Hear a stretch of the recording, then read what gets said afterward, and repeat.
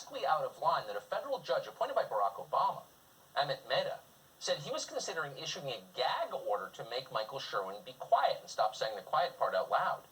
The D.C. Circuit Court of Appeals, the most powerful appellate court in the country, just ordered the DOJ to start distinguishing between actual criminals and people who walk through open doors inside the Capitol building.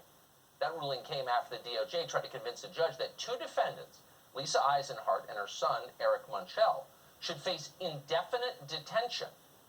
Now, neither Lisa Eisenhart nor her son damaged any property at the Capitol or committed any violence. They just walked in to what we used to refer to as the People's House. And yet somehow Joe Biden's Department of Justice convinced a trial judge that Lisa Eisenhart was a, quote, threat to our republic, and that her son was a, quote, would-be martyr. Keep in mind, these are people whose crime was trespassing in the Capitol. We're not endorsing that, but some perspective, please.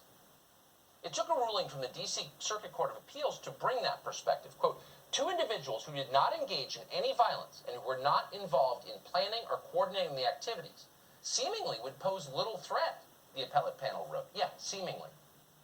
But the judges still didn't release Eric Munchell or his mother, Lisa Eisenhart. That's how much power federal prosecutors have. They can keep you in prison even when a three-judge appellate panel concludes there is no reason for you to be in prison. And that's probably why prosecutors still have not, as of tonight, released a man called Jacob Chansley, otherwise known as the Chewbacca guy. You may remember him.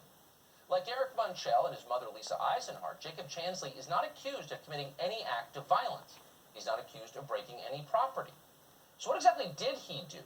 Well, we can actually answer that question because it's on video. Hey, man. Glad to see you guys. You guys are patriots. Look at this guy. He's got covered in blood. God bless you. Yes. You good, sir? You need medical attention? I'm good, thank you. All right. I got shot in the face. I got shot in the face with some kind of plastic bullet. Any chance I could get you guys to leave the Senate wing? We will. I'll be making sure they ain't disrespecting the place. Okay, just want to let you guys know this is like the safest place. I know. Yeah, he's a threat to the republic, that American flag and all. Chewbacca guy is still in jail. He'll be there indefinitely. Before you shrug that off, think about what that's actually like. You don't want to think about it. Tonight we learned that a number of people arrested on January 6th are still rotting in the D.C. jail, the municipal lockup. That's one of the foulest places in this country. It's a truly repulsive and mismanaged place. Ask anyone from Washington, D.C. What would you do not to be thrown into the D.C. jail? It's that bad. Some of the people held from January 6th, they've been beaten, not surprisingly, by guards. They're beaten badly.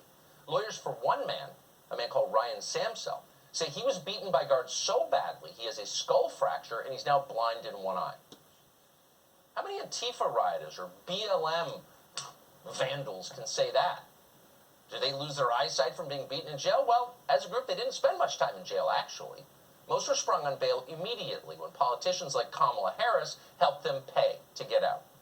Last summer, for example, authorities released a terrorism suspect in Oklahoma called Eric Christopher Ruffin after Black Lives Matter posted his $750,000 bond. According to authorities, Ruffin, quote, encouraged others to burn an Oklahoma County sheriff's van in an Oklahoma City bail bonds business May 30th. The van was destroyed.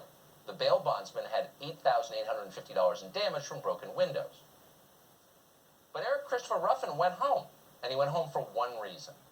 Unlike the Chewbacca guy, he did not upset the people in charge. He didn't walk in their sacred chamber, talk about liberty and rights. He just tried to vaporize some police vehicles. And that's exactly what our political class wanted him to do. So he's a hero. He's fine tonight. He hasn't lost his eyesight getting a beating in the D.C. jail. This kind of thing, unequal treatment under the law, is on stark display across the country right now. We could spend an hour giving you examples. Here are a couple. On Saturday, police say a criminal released on emergency coronavirus bail stabbed an elderly Asian woman to death in Riverside, California. The suspect is called Darlene Montoya. She was in jail for a very serious crime. She'd been accused of assault with a deadly weapon. But is that really as serious as meandering through the Capitol building? No, come on. It's not insurrection. So Darlene Montoya got to walk out of jail and find someone else to hurt. In December, a New York judge released a murder suspect called Jordan Benjamin, just in time for Benjamin to go out and allegedly stab a woman in the stomach. Jordan Benjamin then got out of jail again. Meanwhile, Now, in the city of Detroit, a judge decided to release 4 felons who'd been convicted of criminal sexual assault and another 14 people who'd committed assault. The judge said that coronavirus justified their release. Well, according to prosecutors, one of those felons went out and raped 3 women at knife point.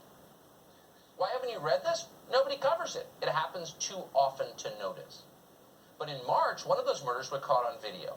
So you may have seen this. It was impossible to ignore. It happened in Washington, D.C. 2 teenage girls, one 15, one 13, carjacked and then killed a Pakistani immigrant driver called Muhammad Anwar. Had a bunch of kids just trying to work, trying to make a buck. As Anwar lay dying on the sidewalk, and this gives you a sense of where these girls are coming from, one of them complained that the real crisis was she couldn't find her cell phone.